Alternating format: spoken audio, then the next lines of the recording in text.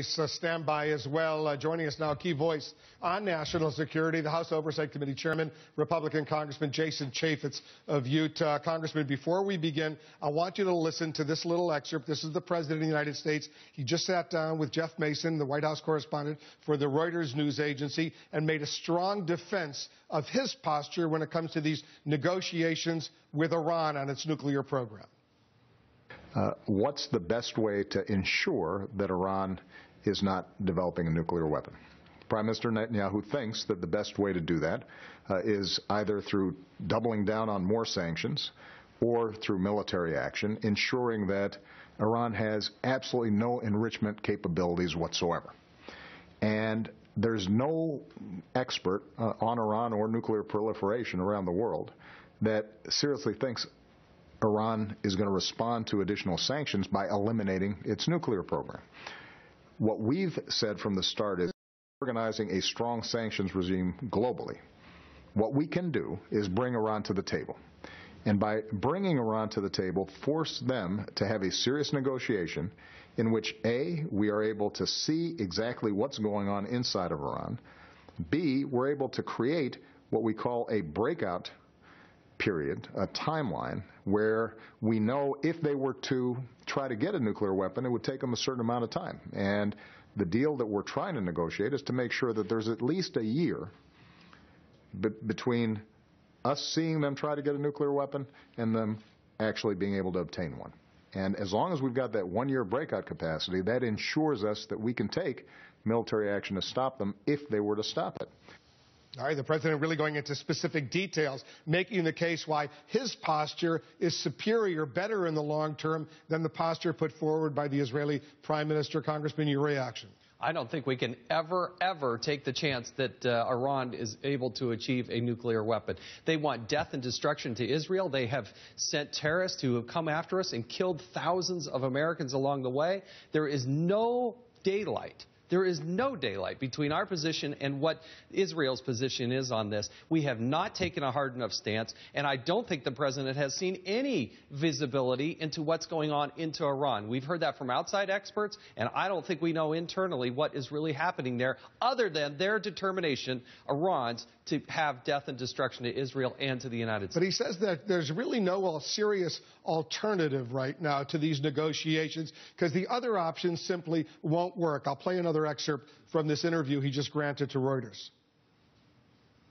But if they do agree to it, it would be far more effective in controlling their nuclear program than any military action we could take, any military action Israel could take, and far more effective than sanctions will be. So what's wrong with giving these negotiations at least a chance of success? I still think we could put more sanctions in place. I do think that puts them in a crippling position. I think the price of oil also has a devastating effect to the economy there. But I do not want to rule out a military use of force. He's not ruling that out. He's not ruling out. He says he's not even sure that this negotiation is going to work. What he says is give it a chance. If it doesn't work, there always is the option to go back to more sanctions, and there always is the option, last resort, for military force. I think Congress needs to have visibility on that. I don't think they should make such a big brouhaha about the fact that the Prime Minister from Israel is coming to the United States to talk to Congress. You know, when your friends come to town, they come see you. And he's done this in the past. And for him to treat the Prime Minister of Israel like this, it's pretty embarrassing. But it's only 2 weeks tomorrow to the day, 2 weeks before the Israeli election, and he says it would be inappropriate, no matter how close of an ally, to get involved in domestic Israeli politics, especially at a time when Netanyahu is facing a severe challenge right now. He might not get himself reelected this time. It is appropriate, though, for the Prime Minister to come to speak to Congress. I'm proud that Speaker Boehner invited him. I think it was the right thing to do, and I look forward to a broad bipartisan support in favor of the Prime Minister of Israel. We are very united in our support for Israel. I want you to listen to what he says. This is the President of the United States, once again, from this exclusive interview he granted to Reuters, to Jeff Mason, the White House correspondent for Reuters. Listen to this. When we first announced this interim deal, Prime Minister Netanyahu made all sorts of claims. This was going to be a terrible deal. This was going to result in Iran getting $50 billion worth of relief. Iran would not abide by the agreement. None of that has come true. This is not a personal issue. I think that it is important for every country in its relationship with the United States to recognize that the U.S. has a process of making policy. And although we have separation of powers, ultimately the interaction with foreign governments runs through the executive branch. That's true whether it's a Democratic president or a Republican president, and that's true regardless of how close the ally is.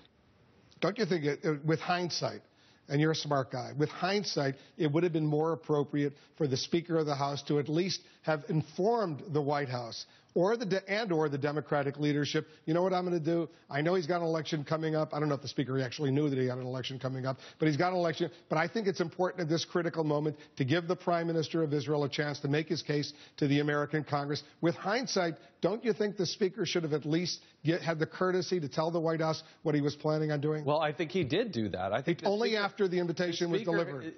We're talking about semantics of. It's not semantics.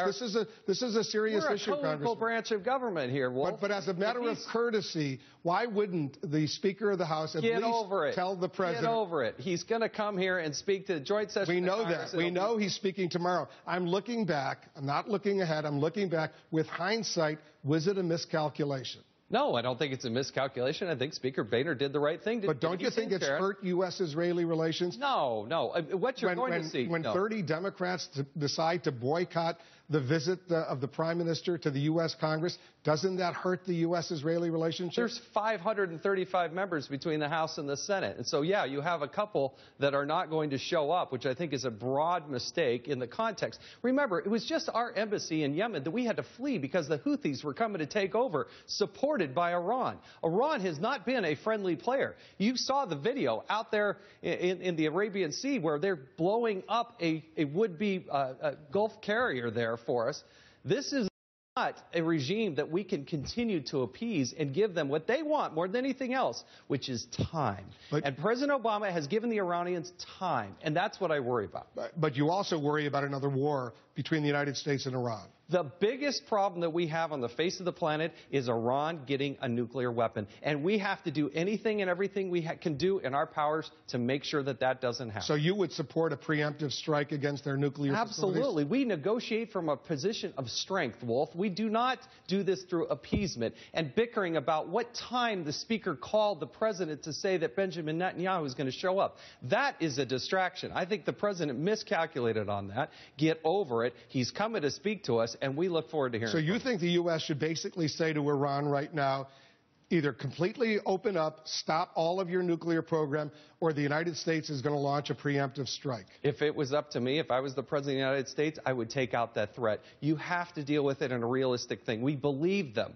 When they say they want death and destruction in the United States, when the Ayatollah himself says that in November of last year, believe him. When he says it to the United States of America and the Houthis are coming in and kicking us out of our embassy and they're going to take us out, believe him. Yes, you take out that threat. Congressman, we have more to talk about. I'm glad you're telling us how you really feel right now. These are critically important issues, as you and I well know, and our viewers know as well. Much more with Congressman Jason Chaffetz right after this.